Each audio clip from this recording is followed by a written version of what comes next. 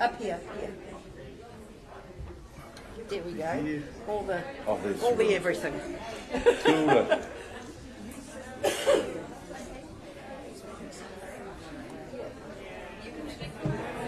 Yeah, just about.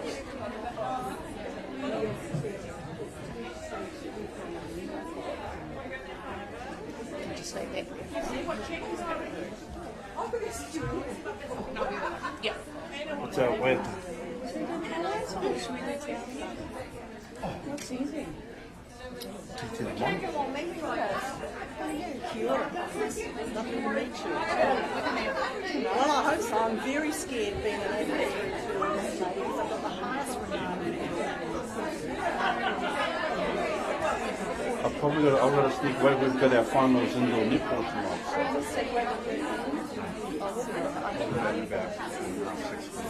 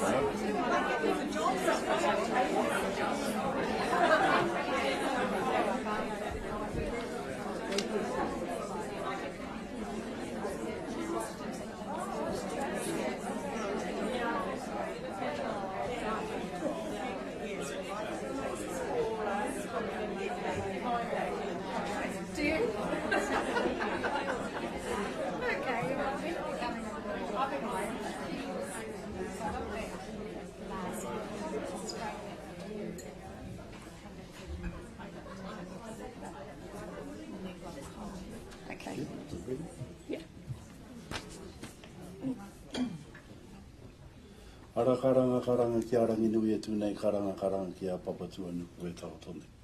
Kia rarau mai rā ki tēnei kaupapa o te pōnei nau mai haramai. Nau mai haramai ki tō tātou whare, te whare pare mato a Aotearoa. Nō reira e te reo o hine waiata e te reo o Tamakōrero. Nau mai haramai rā ki te whakarunga atu rā ki tēnei momo tau tohe tohe.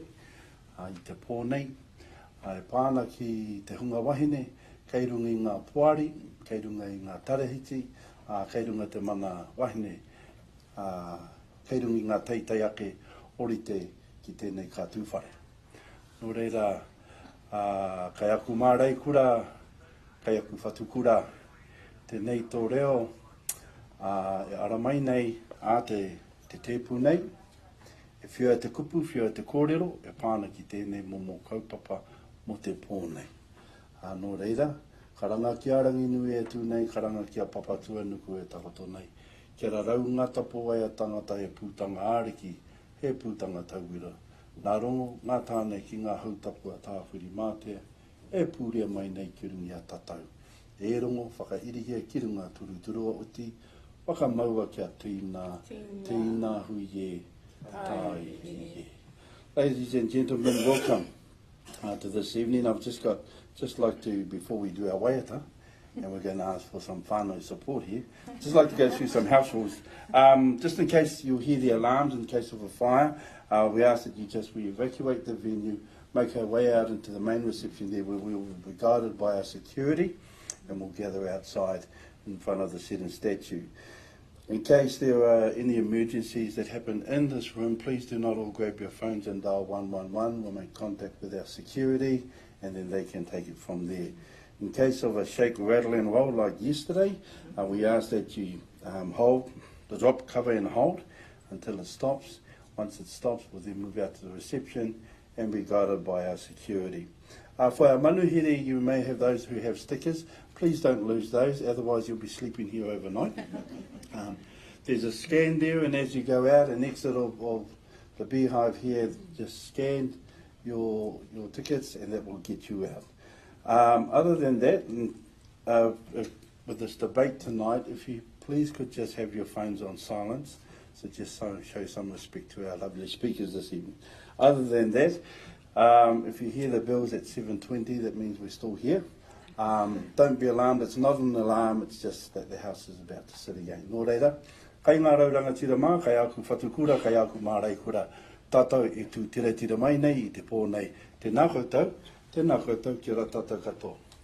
Tu tera mai ngā iwi, tātou e. Tu tera mai ngā iwi, tātou e. Whai a te maramatanga, me te aroha e ngā iwi, ki a kotapatahi, ki a kotahira, tātou e. Tātou e. Tāhiru a tōru wha. Sia ui. Kia ora koutou. Kia ora. Well, kia ora mai no tātou te whānau. Can I acknowledge our iwi of Te Whanganui a Tara, and thank you all for coming to what I hope will be a really enjoyable debate. But firstly, can I acknowledge that this has been a collaboration with a range of entities, and it's exciting for me as the co-chair of the cross-party women's group, which is our women parliamentarians group, to welcome you. I also have a role over there, but I'll be handing over the responsibilities of tonight very soon to Dr. Jackie Blue. But I do want to acknowledge my co-chair, Jo Hayes. She's in Taiwan at the moment at a Māori health hui or Indigenous health hui, so she sends her greetings. But from a CWP perspective, it's been wonderful to partner with Global Women, with the Ministry for Women, with the Human Rights Commission, and all of those of us who are interested in this issue of quotas and whether or not it's time for New Zealand to contemplate having an actual quota based in legislation to ensure that we have women represented on our private boards. I had a whole list of dignitaries who were coming. You're all dignitaries in my eyes, but people like Her Excellency Carter Levert, who is the French ambassador, who I believe hasn't been able to make it, but has a representative here tonight. Can I also acknowledge, is Joy Kere here, who is the Solomon Islands High Commissioner? We had Karo Ngātoko from the Cook Islands High Commission. Helen Smith, I know, is here, and so thank you, Helen, for your support, as always, the Deputy UK Ambassador. And we also had Her Excellency Tulilo from South Africa. Now, I know she's not here because we would all know if she was in the house. She's amazing. But essentially, and also can I acknowledge Vanessa Daru and Jill Greer from the National Council of Women, and also Prue Kapua, who's here from the Māori Women's Welfare League. Can I firstly commend, in terms of my parliamentary colleagues, Michael, Adrian. Are there any other men in the house? Oh, Willie, you made it, brother. Awesome. And I know there are other men here, and can I just say thank you for coming to this debate and discussion, which, as I said before, we hope will be fruitful. So that's me, that's my welcome on behalf of our cross-party women's group, and can I now invite Dr. Jackie Blue, who will MC tonight's event. So kia ora everybody, have a good time. Kia ora koutou katoa. It's a great pleasure that I have to introduce the debate tonight and introduce the four amazing speakers who will be addressing us. The debate is on the merits of using quotas, targets and special measures to achieve gender equality in the private sector leadership roles. This year is the 125th year since women were granted the right to vote. The spotlight has been on women's progress, and while many gains have been made, female senior leadership positions in the private sector are not one of them. The number of women in senior management positions in the private sector is going nowhere fast and currently stands at around 18%. There are only 19% female directors on the New Zealand Stock Exchange, publicly listed companies. At the current rate of progress, it's going to be another 20 years before we reach gender equality. The Minister for Women has warned that if the pace of change in the private sector does not pick up, she may consider some form of intervention. And that is what is at the heart of this debate tonight. Do we accept the status quo and accept that if nothing else is done, it will be another 20 years before gender equality is reached on private boards? Or do we revolt against the abysmal progress and insist that quotas are legislated for, and for any companies that fail to comply, they will face uncompromising sanctions? Or do we go for the middle option of targets and aspirational goals? Ladies and gentlemen, tonight we have 4 wonderful speakers. They will take you through their compelling and persuasive arguments stating their position. They are in the order of speaking: Professor Marilyn Waring. Marilyn is a Professor of Public Policy at AUT University and has had an outstanding and prestigious international academic career. She has authored a number of books and has been the recipient of many awards. She's a highly influential thinker and practitioner. Her reach and relevance continues to be quite astonishing. Marilyn became the youngest member in the New Zealand Parliament in 1975 at the age of 23 and remained in Parliament till 1984. She made history when she withdrew her support from her party over the issue of nuclear-free New Zealand, precipitating a snap election. Since leaving Parliament, Marilyn has worked in the Asia Pacific for a number of UN agencies, aid agencies and the Commonwealth Secretariat. Marilyn supervises and inspires over 20 PhD scholars at AUT University. She is currently completing an autobiography which is destined to go straight to the bestseller, I gather, and it's going to be launched in May next year. Marilyn will be speaking for Quotas. Joan Withers. Joan is an extraordinary businesswoman and has been a professional director for over 20 years. Joan left school at 16 with just school cert, before taking a job as a bank teller and later having a child. Joan worked her way up the bank before moving into the media industry. She started university at age 36, getting up at 3 a.m. for 2 years while working full-time to complete an MBA, before becoming Chief Executive of Radio Network and Fairfax, New Zealand. Her appointments to various boards as chairs reads like a who's who of the New Zealand Stock Exchange, and Joan has been recognised for her many business achievements. Joan will be talking against quotas. Louisa Wall. Louisa is someone I've got to know very well over the last 12 years, and I admire her for her courage and integrity in often difficult issues. She will always challenge, provoke and inspire. Louisa is a change agent. Her work is founded on the commitment to universal human rights, together with promoting the rights of gender and sexual minorities, guaranteeing universal access to family planning, period poverty, eradicating TB, and strengthening women's rights through increased political representation. She was instrumental in passing the same-sex couples gaining the right to legally marry, has advocated strongly for gender identity to be added to the Human Rights Act, and for a simpler process for trans, intersex and gender diverse adults to change official documentation. In 2015, Louisa with Jan Logie formed the cross-party Parliamentary Rainbow Caucus and remains co-chair of this group. Louisa is co-chair with Joe Hayes of the extremely functional and formidable cross-party Commonwealth Women Parliamentarians group, who have hosted this event in Parliament tonight. Louisa will speak for quotas. The Honourable Anne Tolley. Anne is a Member of Parliament for the East Coast and is currently serving in her 6th term of Parliament. She's a former Minister, having held Education, MSD, Police, Corrections and the Children's portfolios. Of note, she was the first female National Party Senior Whip and the first female Minister of Education in the New Zealand Parliament. And from my own personal experience, I can tell you Anne was a formidable Senior Whip and always commanded total respect. And it was a very foolish MP who thought they could hoodwink her. Anne is the Deputy Speaker of the House of Representatives and is the New Zealand Parliament's Inter-Parliamentary Union representative. Anne will be speaking against quotas. I think you'll be in complete agreement when I say that we are extremely privileged to hear from these 4 remarkable women tonight. The format will be that each speaker will have 7 minutes. When the speakers have concluded, I will open up the debate to questions from the floor. And we will be concluding around 7:20 p.m. tonight. But before we begin the debate, I would like to invite the Acting Chief Commissioner of the Human Rights Commission, Paula Tesorio, to the podium to say a few words.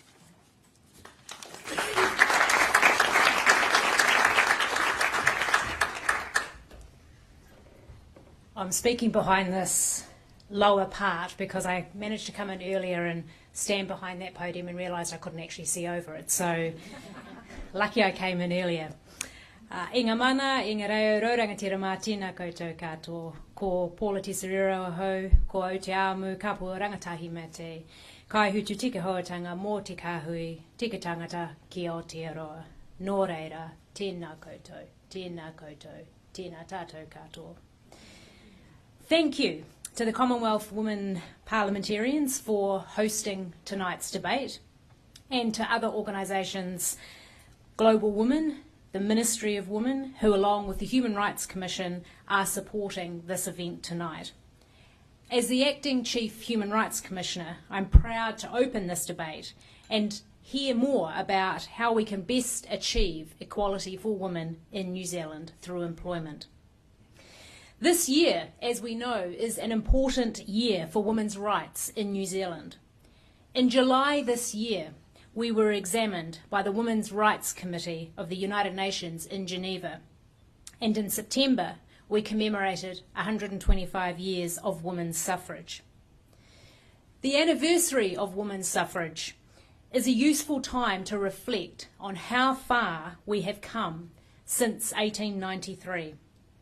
We've achieved legal equality, women are participating in the workforce in large numbers, and we are close to achieving gender equality in leadership in core government services and through representation in Parliament. There are areas that we can and should be doing better. As we know, our family violence stats are shameful. Our gender pay gap is still at 9.2% and is much wider for disabled women and for Māori and Pacifica. And there are far too many women not in leadership roles in the private sector. Only 18% of women are in senior management roles, and only 19% of women are on private sector boards. The UN Women's Rights Committee recommended in their concluding observations in July this year that the New Zealand government adopt and implement such temporary special measures, including quotas, in all areas where women are underrepresented or disadvantaged, including in political life, in the labour market, as well as in the private sector, with specific increased efforts to achieve 50% of women representation on public sector boards, and set a goal of achieving gender pay parity on private sector boards. This is not the first time that the UN has made this recommendation to the New Zealand government. Successive governments have chosen not to impose quotas on the private sector to achieve gender equality in senior management and on boards, instead encouraging the private sector to come up with their own solutions to achieve equality. Tonight's debate is about whether this strategy of having voluntary measures to achieve equality is working, or whether now is the time to do what other countries, such as Norway and Finland, have done. I spoke at the Inclusive New Zealand conference yesterday, and it was focused on disability and employment. And of interest, there was quite some debate towards the end of the conference, generated by myself, about whether indeed there should be quotas for disabled people in employment. And I found it quite useful just to sit back and reflect on all of the arguments coming through, and I'll be just as interested tonight in hearing from our amazing range of speakers on the issue of quotas for women in employment. Tonight's debate is about equality of opportunity for New Zealand women. In addition to considering some of the measures that the UN suggested, we should also consider, in my view, the wider question of diverse representation of women. We are not a homogenous group of women.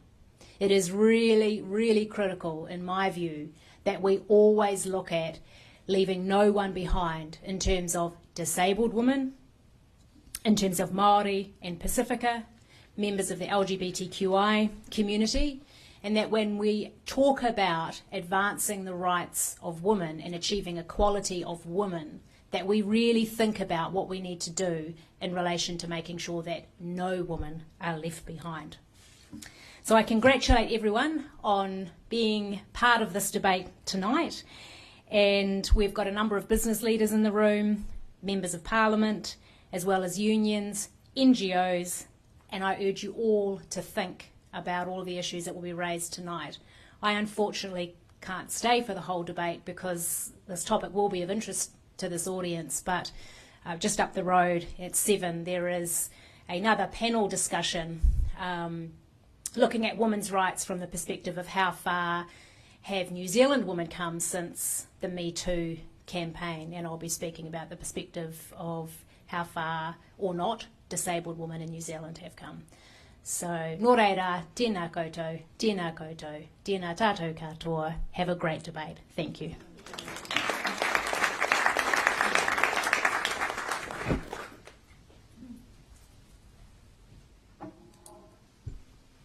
Kia ora tātou.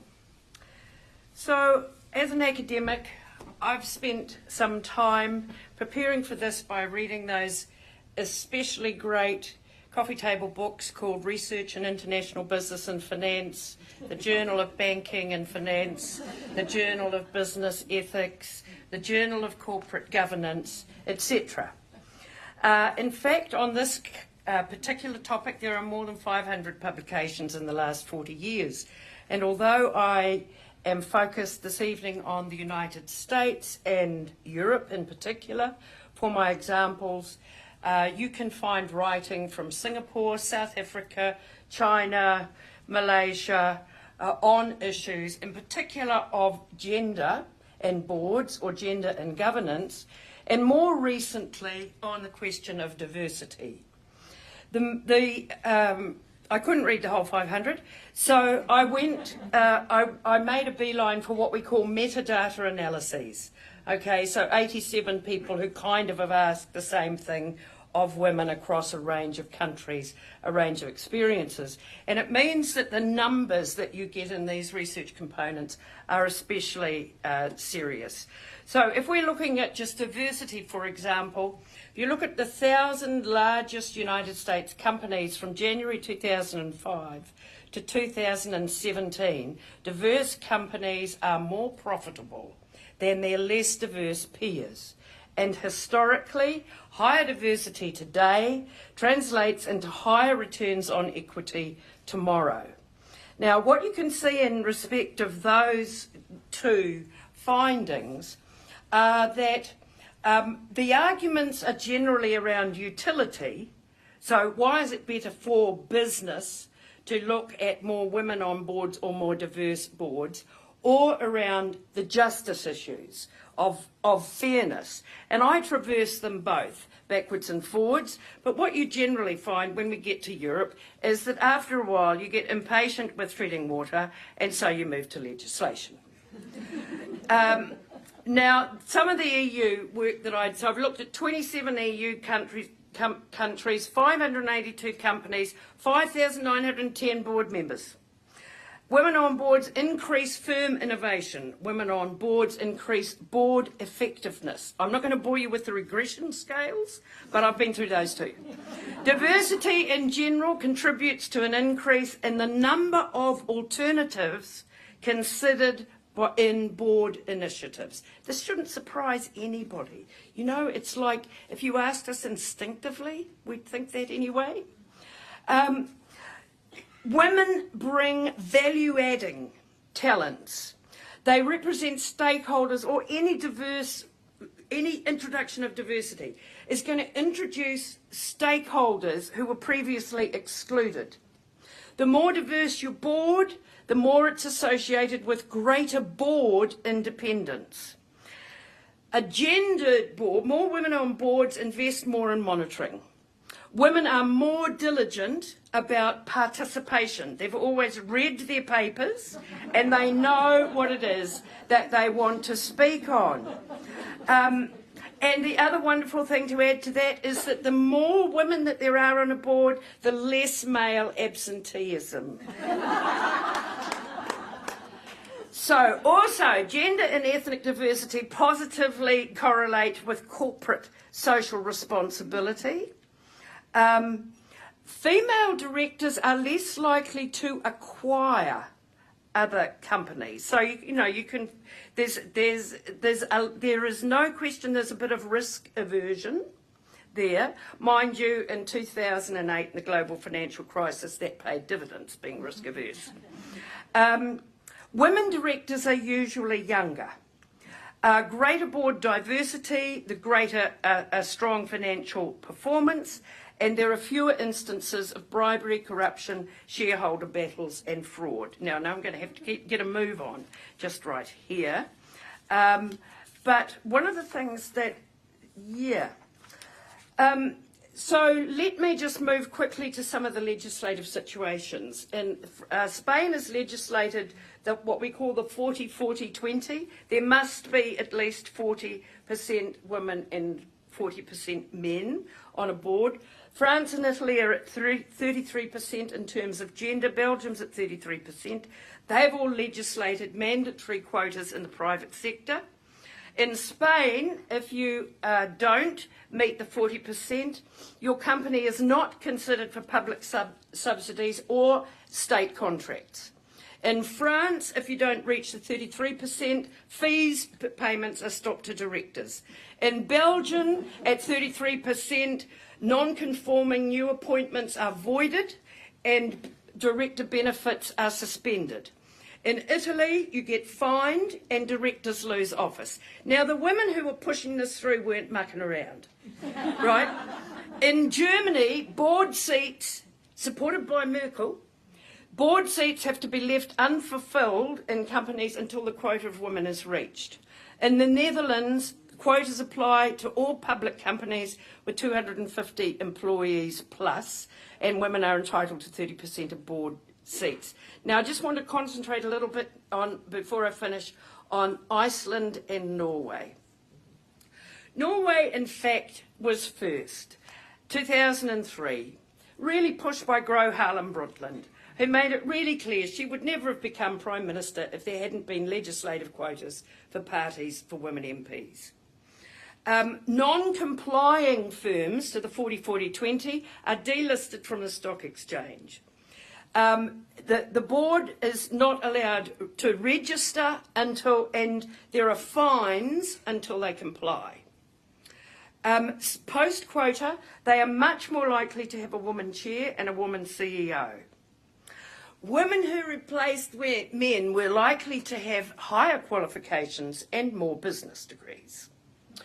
One of the things that's interesting is that while more women on boards maintains and expands the number of employees with better pay and conditions, it doesn't actually lift women in the lowest echelon of pay. In Norway, what happened was everybody, talked nicely to each other, and the boards all said, like New Zealand does, just give it a little while, we'll get round to it. And so after they'd been given a couple of years to get round to it, then they were given 2 years under legislation, 2003 to 2005, to voluntarily increase, and then there was regulation for non-compliance. Now, one of the most interesting studies that I read about Norway was the following: that there were a lot of women who were already on the inside, right, had the inside running, were on boards, opposed quotas as an insult to their merit, and they didn't want any special treatment. Some 10 years later, when these women were interviewed, over 90% had changed their minds. They said it sharpened the focus of being on the board to the competence of all board members, and looking at the competence of all board members increased the competence of the men who were on the board. Okay, just the last key couple of points. What influences having a successful legislative approach in this field? Firstly, reframing quotas not as a special pleading for diverse populations, but reframing quotas as limits on male overrepresentation. Active support by male cabinet ministers, left-leaning coalition governments, countries with acceptance of state intervention, that's us, on and on. Doesn't matter what colour the government is. A feminist analysis of equality discourse in society, business leadership calling for change, civil society actors pushing and lobbying. There is starting to be some evidence of shareholder pressure changing, because the changes in terms of boards performance is, of course, being demonstrated to the shareholders, and having active political leadership. So that's the first argument for the affirmative.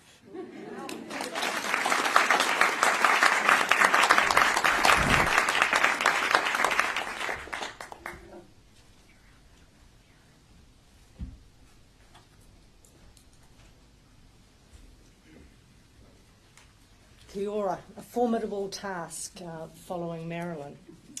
So why would someone like me, who's been a champion really for diversity in the boardroom for the last 21 years, be arguing against quotas? And my task at hand is even more formidable given the esteem with which I hold the protagonists on the other side of the debate. I've actually been quoted in the past as describing the progress in achieving appropriate representation on boards as glacial. And that description, I note, has actually been picked up by Judy McGregor, Shama Bialiquab and Katrina McLeod in their recent study, which shows that 24.1% of board members of the top 100 NZX companies by market capitalisation are female. You've probably seen the study which was released in the last week. They published also a best and worst list, so highlighting companies that are leading the change in terms of finding and appointing women to boards, but also naming and shaming the wooden spooners, as they call them, who have no women on the board. And that latter list is familiar to me. So as Deputy Chair of Global Women around a year ago, I was a co-signatory in a letter that went to the chairs of those companies with no women directors. The letter was very carefully crafted, it was constructive, it was positive. It offered assistance in identifying potential candidates through Global Women's membership of around 250, and also Global Women's other significant networks, which are populated by senior women who've completed the Global Women leadership courses. Most of the responses that we received to those letters were positive, accepting that finding women and achieving greater diversity more generally was a priority. However, we received one response from a chair which was curt, it was resentful and accusatory, and which defended the diversity track record of his company because they had one male Malaysian sitting on the board. And that really made me think about what, in some instances, we are actually dealing with here. And let me tell you, it's not unconscious bias. And by the way, what is unconscious bias? When I'm unconscious, I'm actually horizontal. Hopefully there's an anaesthetist hovering somewhere nearby, but in that state, I can't, and most people can't, exercise any bias whatsoever. So perhaps people mean subconscious bias. But actually my thesis is that in many instances, where there is resistance to diversity, there is a real and very conscious bias operating, albeit masked and masqueraded with an entourage of other justifications. Diversity boosts creativity and it reduces groupthink. And as Marilyn has pointed out, the business case for diversity is irrefutable and is just another example of the significant studies that have been conducted in this area. The 2014 Credit Suisse Gender 3000 Global Report analysed 28,000 senior managers at over 3,000 companies. And that study showed that companies with greater board gender diversity had excess stock market returns adjusted even for sector bias, found that companies with high representation at board level or in top management exhibited higher returns on equity, and it found that companies with more than one woman on the board had provided a compound 3.7% per annum greater return than those with none. However, and I think Marilyn pointed this out too, the presence of women on the board did not change the debt to equity ratio, confounding those who suggest that women operate with an inherently risk-averse approach. So the case is compelling, but why do I personally resist quotas? Well, the Credit Suisse study found three main obstacles to achieving greater gender diversity. They were cultural biases, workplace-related biases, and structural/policy issues. It found that cultural and education issues were the most challenging to overcome in the short term, and the authors also found that policy, but not quotas, can improve the situation significantly. The Scandinavian model in areas like paternal leave of absence, for example, has produced changes in terms of increased representation of women in the workforce at all levels. The study found that rather than setting quotas, regulators should really consider improving transparency, which is what, of course, the NZX listing rule 10.4.5J has done in New Zealand. So that's the research, but to supplement that, here are my reasons for not wanting to see quotas implemented. Firstly, because forcing the momentum by mandating time-bound achievement of percentages risks having women appointed to the wrong role for the wrong reason. My second point is that, and I believe this strongly, being appointed to fill a quota is personally demeaning.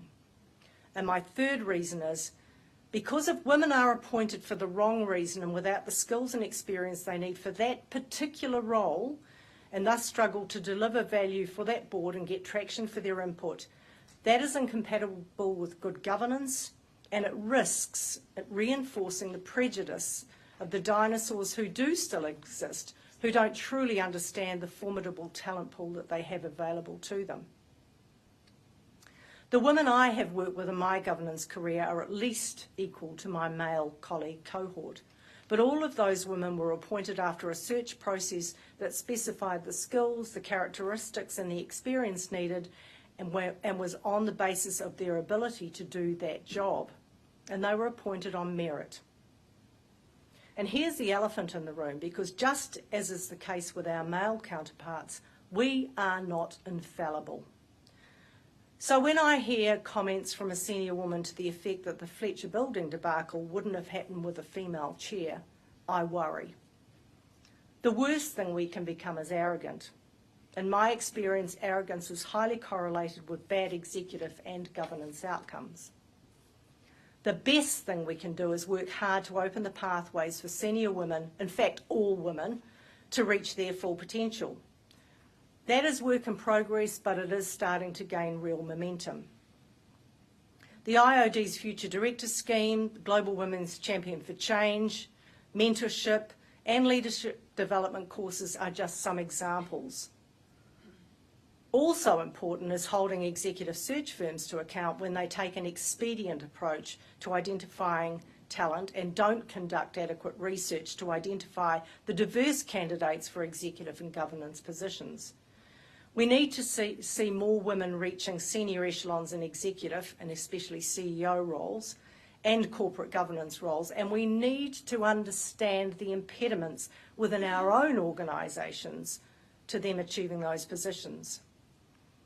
So, when I look back over the NZX statistics, I realise that characterising the progress as glacial is probably not recognising that in recent years the momentum of change has been accelerating. In June 2013, only 8% of NZX directors were women. That's 5 years ago. In 2015, that statistic had moved to 10%, but 3 years later, as of June this year, the NZX main board has 20% women directors. The top 100 has 24%, and for the NZX 50, that figure is now 27%. Now, I only did maths to fourth form, but that doesn't seem to me like it's going to take 20 years to get there. So we are making real progress. Let's not push the quota button, by all means have targets, but instead redouble our efforts to ensure that women who have the appetite, the qualifications and the skills to reach senior levels are given every opportunity to do so. Thank you.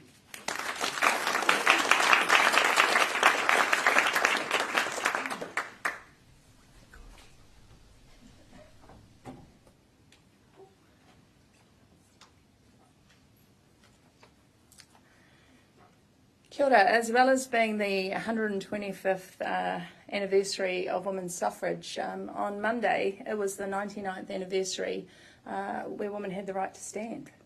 So after we got the vote, it actually took 26 years before a woman was able to stand, and 40 years after we got the vote, we got Mabel. So I've approached this slightly differently. The title of my presentation is Merits of Using Quotas to Achieve Gender Equality for Private Sector Boards.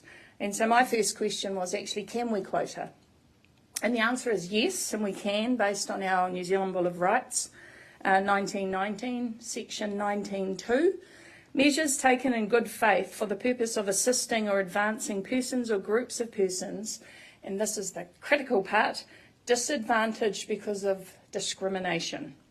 So what is discrimination? It's unjust or prejudicial treatment of different categories of people, especially on the grounds of race, age, sex. Gender equality by definition is the state of equal ease of access to resources and opportunities, regardless of gender, including economic participation in decision making. It's actually the state of being equal. Now, do quotas work, which was my next question? Well, obviously, after everything Marilyn has presented to us, the answer is yes, but it actually is about equality of outcome. Because what quotas do is provide the outcome if the outcome is to have more women on boards. And so Norway started the process, as Marilyn outlined, in 2003, because at that point in time there were only 10% of women on their boards. Initially it was voluntary, and in 2008 they made it mandatory, and in 2009 it was achieved. Interesting, right? Anyway, the EU is actually currently debating this as to whether or not this becomes an EU issue. So across the board, there's 22% of seats held by women. But as Marilyn has said, Spain 2007, Belgium, France, Italy, the Netherlands 2011, Germany 2016. The UK have talked about this. And actually in the Davies review, they actually said if voluntary movement doesn't happen, then they will have to intervene and they will legislate for quotas. So are quotas needed in New Zealand? And I would have said yes, they are. The last I actually saw a Westpac assessment that said at the current rate it was going to take 35 years. That was in 2015. So in fact we won't achieve gender equality on our boards until 2050. And as we've all heard this year, AUT Public Policy Professor Judy McGregor with economist Shimabel Ekab and barrister Catriona McLennan have released a report.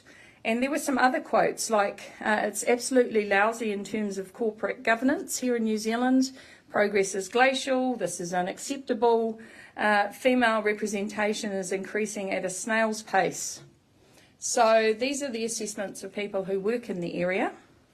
I've just recently looked at a 2008 report on equality between men and women in the EU. And I'll read this bit because it's actually really important. Gender equality concerns all of us.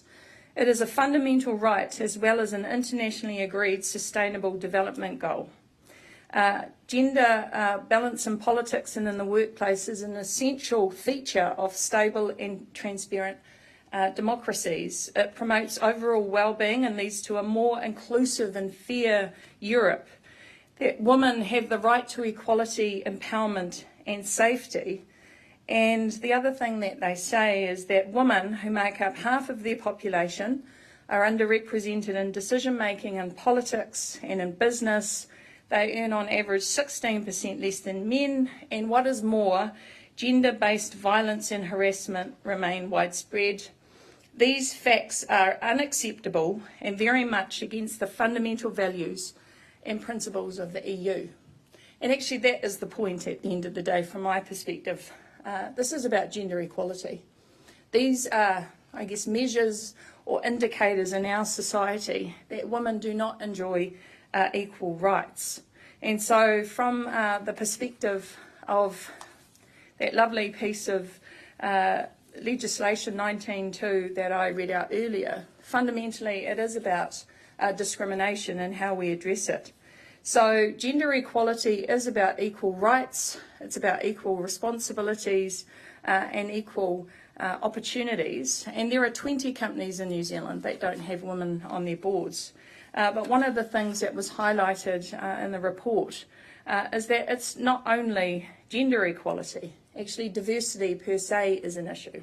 And so I think our advocacy of this issue into the future has to be broader, or a broader definition of diversity. Yes, it's about gender, but it's also about ensuring that women of colour have opportunities to be leaders in our society. And what do those leadership roles provide? Actually, at the end of the day, they provide opportunities about how businesses are going to conduct themselves, how resources are distributed, including sponsorship. And so I think that, as Judy highlighted, a step change is needed to achieve gender balance in the boardroom and diversity, because a reliance on goodwill and voluntary encouragement has resulted in painful incremental progress. So I guess where to from here in terms of this discussion? I've now actually framed it in two ways. Either gender equality is a must-have, and a must-have by definition is a requirement that absolutely has to be delivered for gender equality to be considered successful. So we have to help create the base of expectation with the public that gender equality is something that we, as a society, believe in and are committed to, and it's an absolute requirement. Or is it a nice to have? And by definition, a nice to have is a complement of objectives or requirements that are considered desired or even important, but they're actually optional or nice to have overall. And when I looked at all the research, and a lot of it was contained in the Ministry for Women paper, so I want to commend whoever wrote that. But essentially, women are more likely to take active role on their boards, ask questions and debate issues, display participative leadership and collaboration skills, hold organisations to higher ethical standards. They are way better prepared for and attend meetings, which aids decision making. They understand customers and stakeholders. They come with fresh ideas, fresh perspectives, and there is a focus on prudence, which is interesting. They're also much more transformational because they ask questions and they actually don't follow that groupthink that was alluded to earlier. They're more likely to act as inspirational role models. They foster good human relationships. They develop the skills of followers and motivate others to go beyond the confines of their job descriptions. They're more likely to support family-friendly changes in corporate policies, or to serve, as I said before, as role models for other women. So they're all the benefits of having women on boards. And so I guess my concluding comment is gender equality a must-have in our society for all of us, or is it a nice-to-have, which means it's an optional, non-critical element of achieving gender equality? And I think that is the question of this debate, because we actually know that quotas work.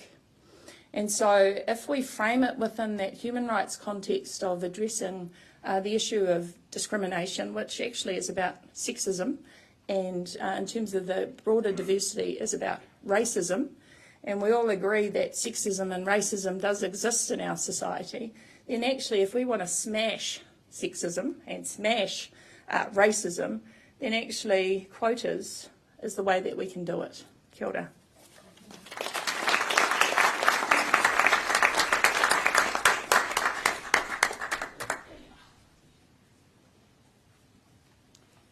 Kia ora tātou. I totally reject the suggestion that quotas be imposed on the boards of private companies. In fact, I totally reject the notion of quotas at all. And in almost 30 years in public life, have long argued that in order to effect fairer representation of women and our diverse communities in positions of responsibility and leadership, we need to do two things. Firstly, we must constantly challenge the accepted norms. I've never been afraid to ask anybody a question as to why they do something. Normally it's because they've always done it. If you don't question why they've always done it and why they continue to do it, you'll never get the answers, you'll never get the change that we want. And secondly, we then have to change the structures wherever necessary. And we've got to institutionalise measures like that to the greatest extent possible in order to break into that old boy network and the mates' recommendations for positions by setting targets and ensuring training and selection criteria are gender sensitive. In addition, we must consistently communicate our goals and expectations and achievements, and we must ensure that there are clear and transparent mechanisms for monitoring, reporting and accountability.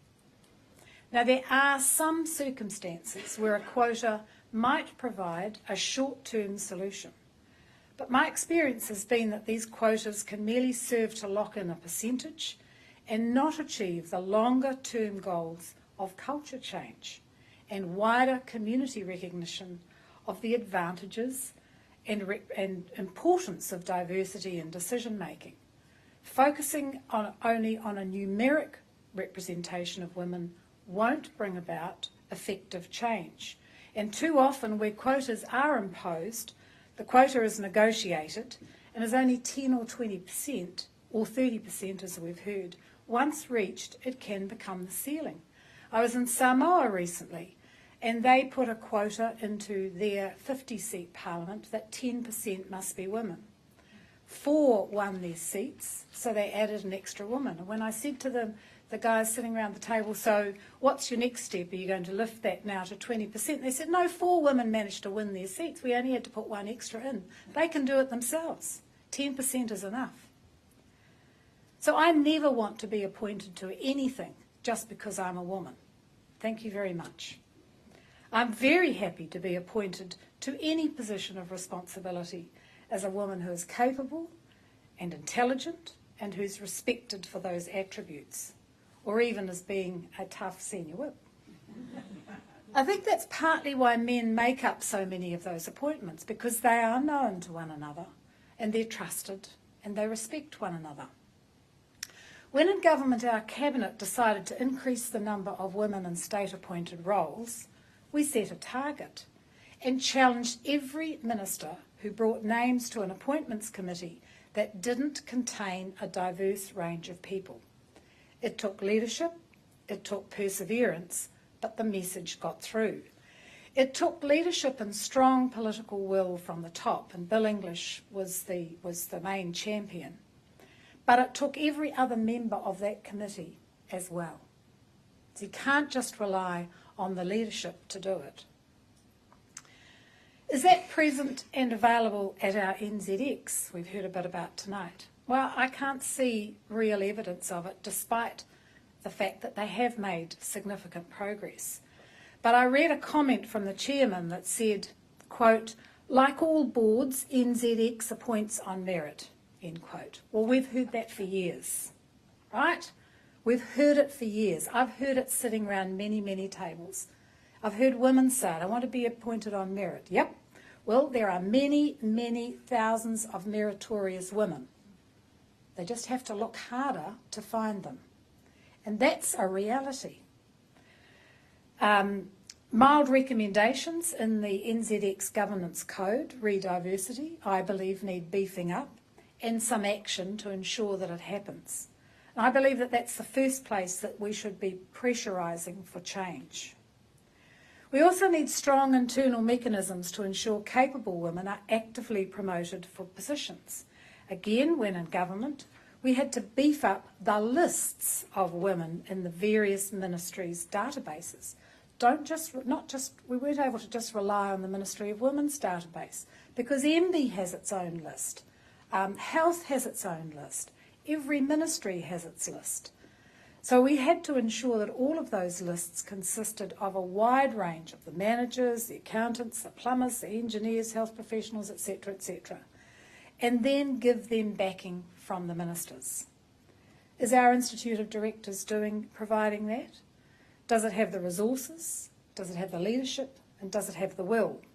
And that's perhaps the next place to start, using the women already in the system, promoting and backing bright, capable women that they're aware of in their communities.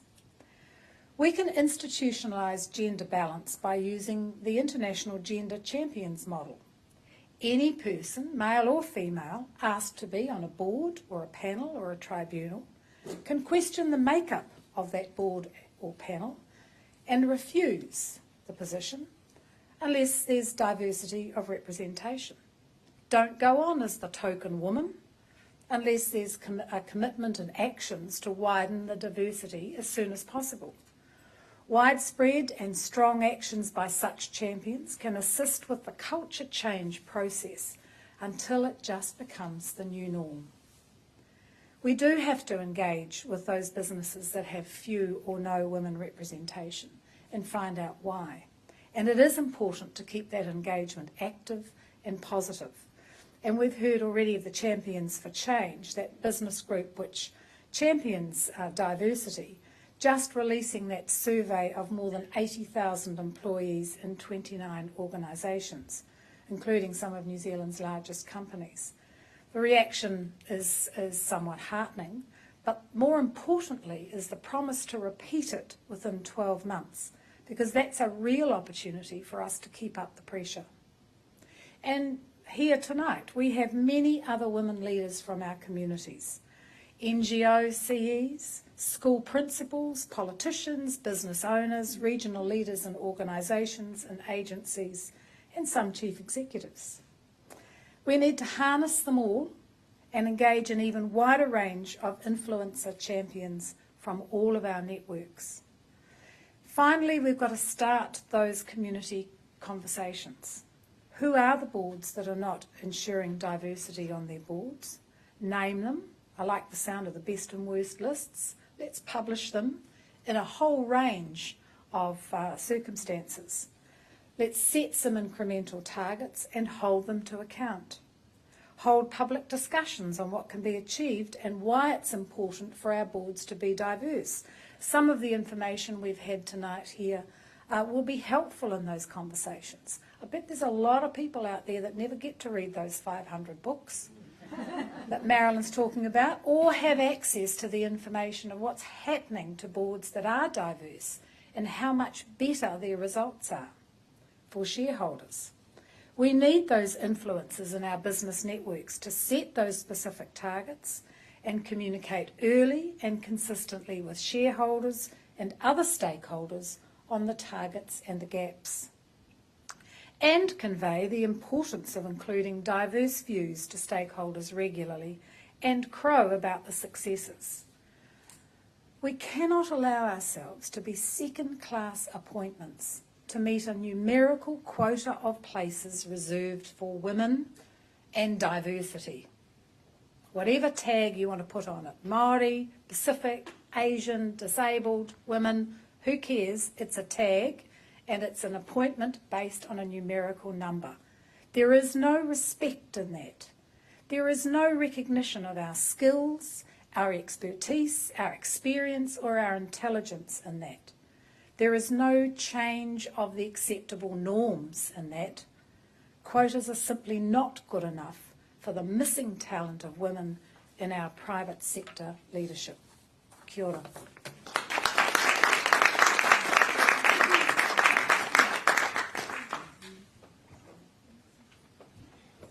I'd like to thank each of the four speakers tonight of food for thought. And I'd now like to open questions from the floor. Please note we do have microphones in the setting. We don't need a handheld, so you just need to stand up and pose your question to the panel, one of the members, or all of the panel for that matter. Is there anyone who'd like to kick off with a question? Jill. Thank you very much indeed, Jackie. Jill Greer from the National Council of Women. and I'm also on the board of a NASDAQ-listed company, one of two, not because of a quota, but partly because I am a woman, because of the products of that company, which will change women's lives around the world. Just two things. Our survey showed that New Zealanders, a third of them, think we have gender equality anyway, so what's all this about? A third. 20% of New Zealanders believe it is more important for men to be in positions of power. So I want to ask the panel, don't you think that having more women through quotas, if that's what it takes, and it appears to be, don't you think that that would change the culture of companies just as it changes the culture of government? And in particular to think not of those who are champions of change, who you would expect to get better results, but of the 500 companies who did the Westpac Deloitte's survey last year. 49% of those replied the reason there were not more women in positions of leadership, we're not talking governance particularly, was lack of talent. Talent in the sector, talent in women, talent in the organisation. Don't you, and the worst part of that was a mere handful had any plans or policies in place to change it, and most did not think that it would change in the next 4 years. So my question is, don't you think if they all had a number of women on their boards, those answers might have been different, those company cultures might have started to change? Who would like to start? Definitely the academic research shows a change in culture with the change in the diversity of the board.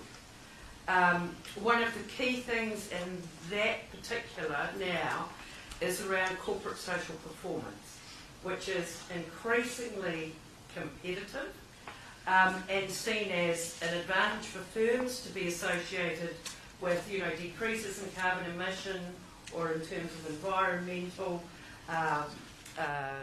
strategies, and so I guess the thing that drives me nuts about it is this: why would you let patriarchal pushback stand in the way of a better economic performance by the country in terms of its companies, when it becomes patently obvious that one of the ways to achieve that is to rush them along in terms of their gender quotas? Like, this is not... I was thinking, listening to Joan, in 1977... some of you will remember 1973, some of you aren't old enough to remember 1973 to 1974, the first ever Select Committee on Women's Rights. One of the, never allowed to talk about health because that would have involved abortion and battering women, so Parliament couldn't deal with that in those days. It reports, and one of the key things that it reports is about the need for almost any women on boards, right? So when I was fairly bored in 1977, I went through the Select Committee on Women's Rights and I wrote to all the people who were sort of responsible for following up on the recommendations. And so I chose 40 companies and I wrote to the chairman of each of them. And from Sir James Doig, you'll remember James, from UEB, Watties, etc., and he wrote this letter to me, which I've put in the autobiography. Dear Miss Waring, with respect to your letter of da-da-da-da-da, we have done precisely nothing. Well, we haven't changed, right? That's what you told us. From 1977, there's no change. This is in my lifetime. I'm not prepared to be polite anymore. Why the hell should we have to? Right? Why should we have to wait for this? It's like... Do you think we'd put up any more with a man being Minister of Women's Affairs? Do you think we'd put up any more with a Pākehā being Minister of Māori Affairs? Aren't we past 1977? Marilyn, I think, not to malign a lot of my male colleagues, I think the great majority of men in senior governance positions today really get it and are part of, a big part of the movement and the champions for change. What I was highlighting is there are still some dinosaurs who are trying to survive the crunch. And I think the approach that we saw from that study that came out earlier in the week is that they do need to be named and shamed. And in our own little way, Global Women got on top of that early and did it nicely, privately. But there has to be no place for them to hide. And like, you know, probably, because there was only one letter that came back, but we should be making it known that this is how these people operate, because they are absolutely in the minority now. Like I said, there'll be other justifications that come. I think about the Tony Carters of this world and the Mark the Beasts and the Ralph Norris. They've done a huge amount to promote women and to get women moving forward. But there's still people out there. And look, the other elephant in the room is with all of this activity that's happening now, and we're just talking about the Crown sector a moment ago, for males aged 55 plus to get reappointed to any board once they're coming off a board is going to be increasingly difficult for them. So Louisa, I think they might be arguing about their human rights at some stage. But that's what's got to happen to try and address the balance. But I'm not arguing with anything other than I think quotas will have unintended consequences that are not positive. And I guess my contribution to the question is that discrimination isn't personal. We're actually talking about systems that have historically excluded us from participating as decision makers, and change from my perspective is deliberate. It doesn't happen organically. If we want things to happen, we have to make them happen, whether it's reform and allowing people to get married, or reform in terms of abortion law reform. Those things do not happen organically. When you deal with discrimination, that is so historical, that is part of our not only culture, the systems that have determined who has the right to sit around the table. And actually, as I said before, that is the question. But how does this contribute to gender equality? And I just don't buy it when we talk about individuals. Again, we've highlighted individuals. And if those individuals do exist in those boards, actually this will help them. This is not an impediment to them creating that change. This will actually facilitate that and that discussion a lot broader amongst their shareholders, amongst their cohorts, and actually amongst their employees. But overwhelmingly, from my perspective, it's about saying that gender equality, as Marilyn has said, its time has come, and this is a way that we can show that we value women by making sure they're in decision-making positions. But do you think it's possible to legislate all the way through? Because if I look at accountancy and legal practices in New Zealand, we've got equal numbers of graduates coming through. The last time I looked, the average percentage of partners was at about 17%. So we know there are some massive issues within the legal profession at the moment that are being addressed. But I don't think anybody's proposing going in and saying to private law firms, you've got to have 50-50 partners. So I think we're in screaming agreement on all of this. We've got to get there. I am just really scared that giving someone, you've got 2 years to get to 50%, they put the wrong people into those roles. We are thoroughly reliant on foreign direct investment in New Zealand in terms of, companies that invest in New Zealand, the New Zealand share market. We've got to have great governance. I'm just saying, put the onus in the other direction. Say to the search firms, you better have 70% of the people on that list women. The chairs that aren't doing something about it get named and shamed. So we don't argue about the outcome, it's just how you do it. Sorry, Sorry, I'll shut up. So in answer to the question, will having a number of women on their board change the culture? Only if they're the right women. I'm with Joan. If they're not the right women, then you reinforce all of those negative attitudes. And that does incredible damage because, as we know, bad news spreads faster than good news. So I don't think that, but we all agree it's great to have women and we need to have a much more diverse leadership and accountability for those who don't. But quotas can have perverse outcomes. Secondly, I'd say to you, you talked in your survey about the lack of talent. And I think that's one of our biggest opportunities. And I well remember a colleague who was desperately trying to fill places on the gas fitters and drain layers board and coming and saying, look, you know, I know you tell me I have to have a diverse range of applicants, but I just can't find women and Māori and Pacific, you know, who will do it. Well, I tell you what, within a couple of weeks, his colleagues had helped him. And we know, we have those networks. We have got to make sure that that talent is there, mentored, supported and promoted. And that's going to help fill that gap. Can I just jump in here? Mention of perverse outcomes and unintended consequences from quotas has been talked about. Marilyn, you've done a thorough research of all the countries that have instituted quotas. Have you come across unintended consequences, and Yes. if so, what are they? Yes. So, in particular parts of the world, they are filling up your board with your wives and sisters and daughters. Oh, no. Yes. So you don't, I can imagine you can work out very quickly where that's happening. So yes, that's one of the perverse consequences. The other perverse consequence is appointing the safe women, because the safe women do not bring diversity and do not change the culture, right?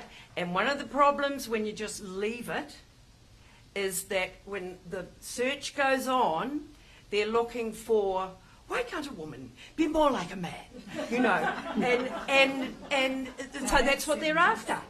And so what's the point? So yes, there can be perverse outcomes. Grania. Hi, Rodney Moss. I wanted to kind of build on that in terms of the first outcome. So if we look at the research, I mean, one of the things that did happen in Germany was they actually had to appoint foreigners to their board to actually fill the quota numbers, and then that had some unintended consequences. And I suppose I want to touch on Louisa's point about the link between quotas and gender equality, because actually the evidence, and actually I will be corrected by Marilyn if I'm wrong, but I haven't read the 5,000 papers. 500 papers. 500. I've read a couple of good ones. I didn't read them all. And you know what it did indicate was what Marilyn said, is actually it didn't help women at lower levels be paid more, so it didn't close the pay gap. It also didn't and hasn't helped women actually climb the ladder. So those companies that have more diversity may be getting better results, but actually they're not addressing, through the research, it would say, the actual equality issues. So, you know, quotas may fix something in a short term. I suppose my question is okay, let's say, you know, we'll go with, we have quotas, but what else do we really need to do? What are the other pieces that maybe the research has shown that actually will lead to that culture shift and will actually lead to gender equality for women at lower levels and ensure that they travel up the ranks? Well, the main, hang on, I've got to find this. Okay, this is one of the real key findings. Corporate governance codes attempting a comply or explain principle were largely ignored or made no difference, and can be compared to exactly the same way to countries who took no action at all. Yeah. That's the Europe experience. The other Europe experience that I quickly had there was, Norway.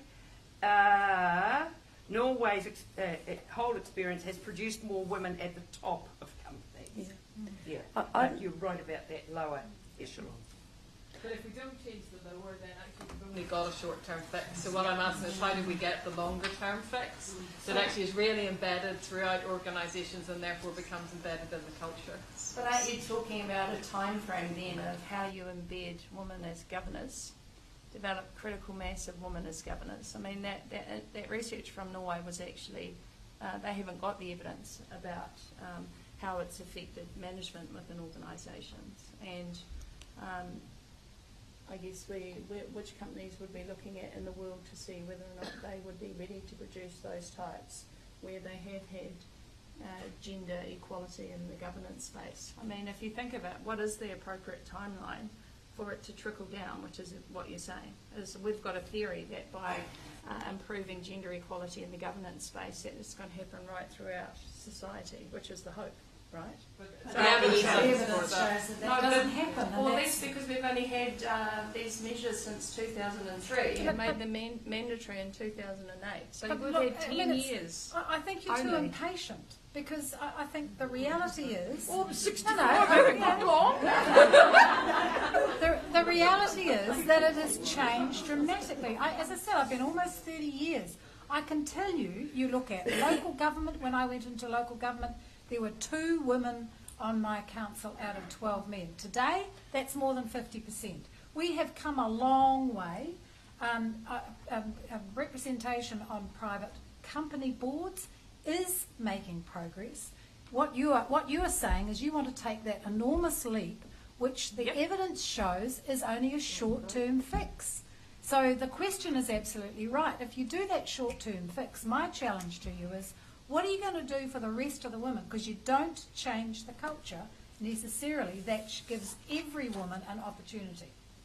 But we do have the longevity of quotas in Parliament to look at. And so in Norway, for example, it's for decades longer than the changes. And so if you want to answer Grania's question, what comes after is more of the same. And what's you the don't term change. of those parliamentarians? It's 40 to... Sorry. What's the life? What's the life? So just talking What, to Grohal and Brundtland, 20-something well, years? No, just talking to a Swedish MP recently at the IPU, she was telling me that the difficulty with the quota system is that it has shortened the period of time that women are in Parliament. Now, I don't know. I asked her for the research, hasn't come through, but it has shortened the period of time. That might be a good idea for everybody. Hey? The ones who are still here? Lots of questions. Okay.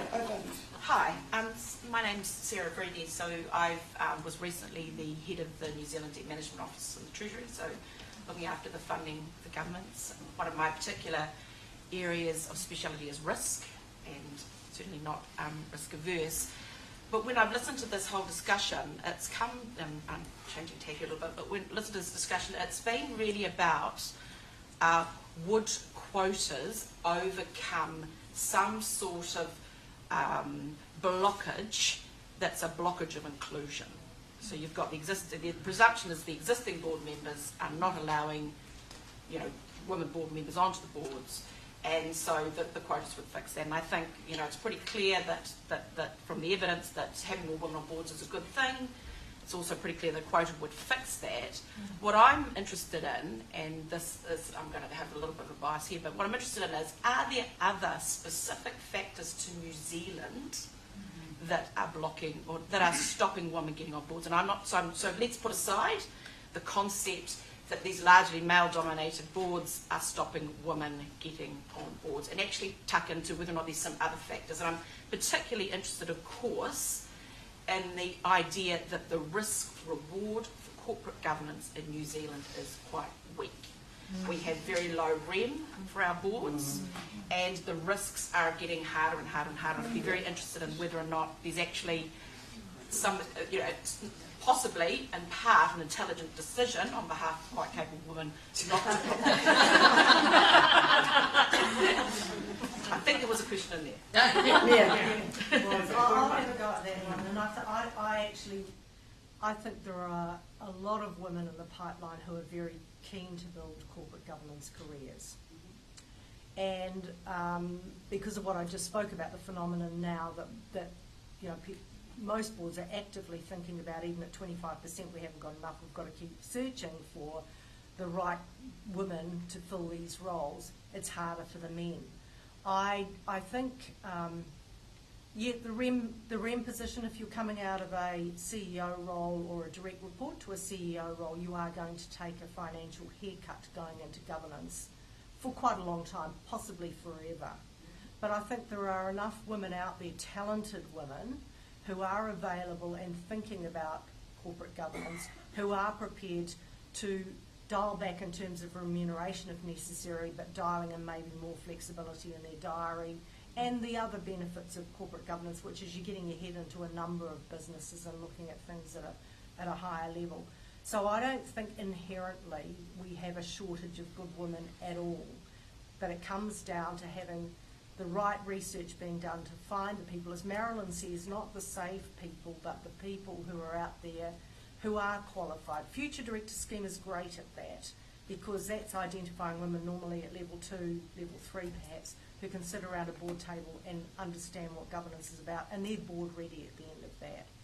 So long-winded way of saying I don't think that's the question, but I don't think it's about women being risk averse or the REM. I think it's about there might be other things that are affecting them that I can't identify, but maybe that's a piece of research that should be done.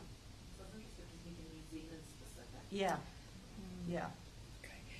Can you though talk about what you did at Treasury, which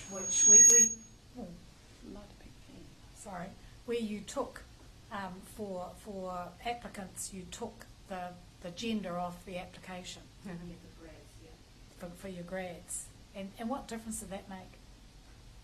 We can put a lot of women grads, I think, aged out of 19 were women. Yeah. Wow. I've used that example. Okay, we'll just go to a question at the back there, Kerry. Terry Davis from PSA.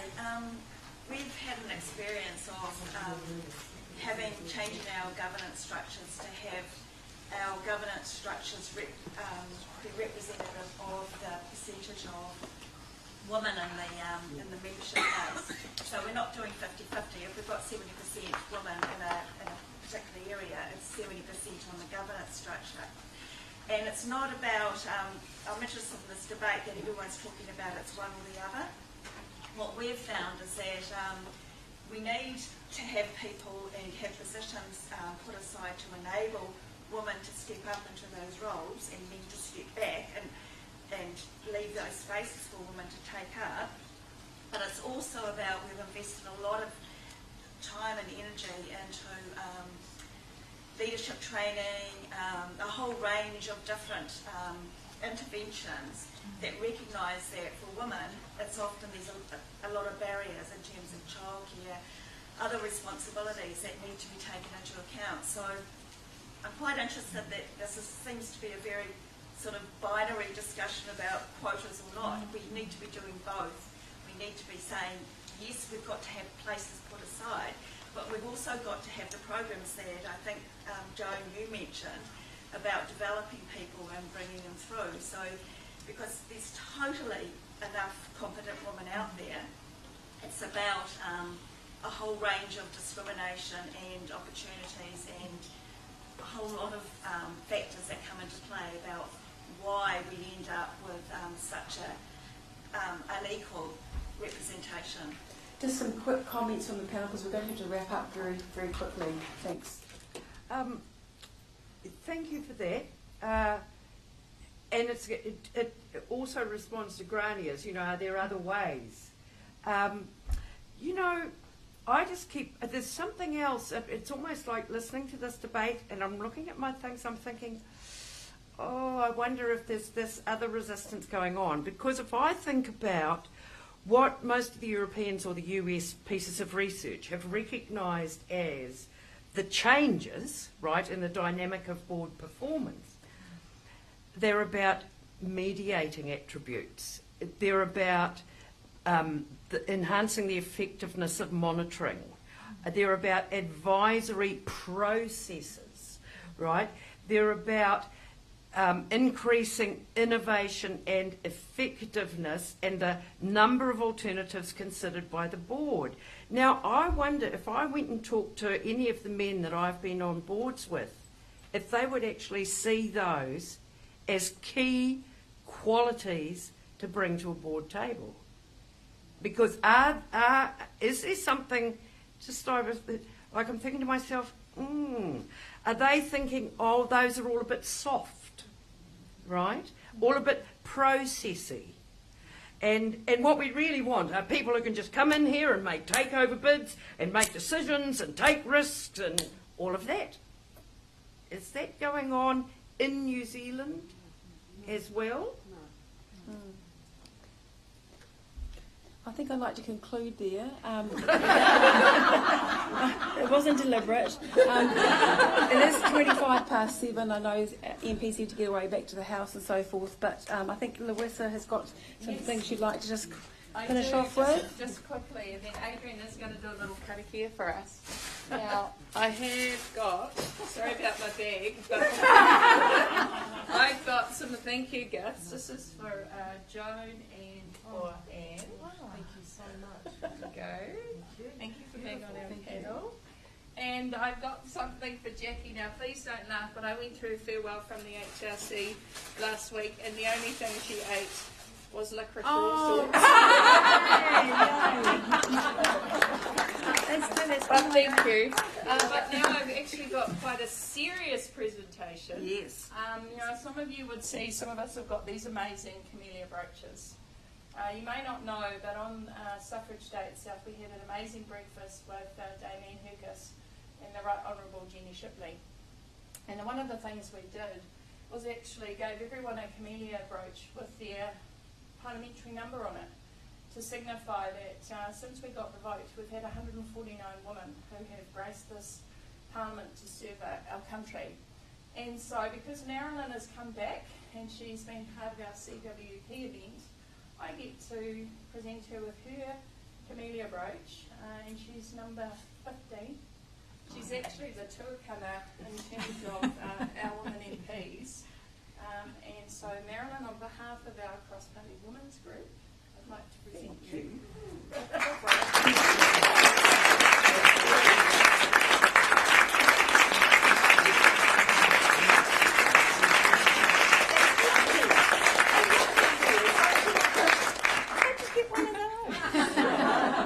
Easy. Going through hell. So I'd just like to, because I know Susan in the house tonight, and we plan progressively on acknowledging and honouring our past members of Parliament. Anyone who engages in anything to do with the Parliament, we will take the opportunity to present. Otherwise, we're looking at having a breakfast on the 7th of March next year, before International Women's Day, so we will be inviting our women to come back. But can I just say that the whole process of having previous women come and actually help mentor us, but also share their experiences of this Parliament has been incredibly valuable. And so I'm incredibly appreciative of all of our ex-MPs who continue to support us here in the House. So Adrian, if you don't mind, can we have a karakia? Finish the night, please.